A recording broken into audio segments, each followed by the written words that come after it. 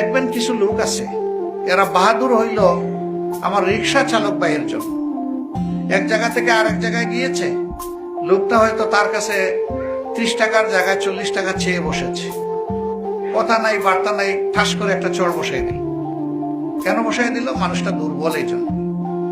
তো এখন তো পারি না, আমি সিলেটে থাকা অবস্থায় মাঝে মাঝে এরকম দৃশ্য দেখলে আমি গাড়ির দরজা খুলে নেমে গিয়ে বলতাম যে আমার একটা চোর মারেন তো, দেখি সাহস করতে পারেন কিনা। তাহা করে তাকায়, বলে তোর গালে চোর মারছেন কেন? বলে যে ও তো 30 টাকার বড়া 40 টাকা চাইছে। আমি বলি ওকে ছুরি ধরছিল না আপনার কাছে বন্দুক ধরছিল যে দিতে হবে? না, তা অবশ্য চায় নাই। আমি বললাম বন্দুক ধরা লোকটা আসলে কি চোর মারার সাহস করতেন? যদি বলতো সব দে, তখন তো বাবা ডেকে তার হাতে তুলে দিতেন। সে তো চুরি করে নাই, ডাকাতি করে নাই। আপনি বসে আছেন আরামে সিটের মধ্যে, আর তার সমস্ত শক্তি উজাড় করে আপনাকে সে টানতেছে, এরপরে আপনি তার গালে চোর বসিয়ে দিলেন। তা আমাদের সমাজে দুর্বলকে শাসাইতে সবাই আরাম পায়।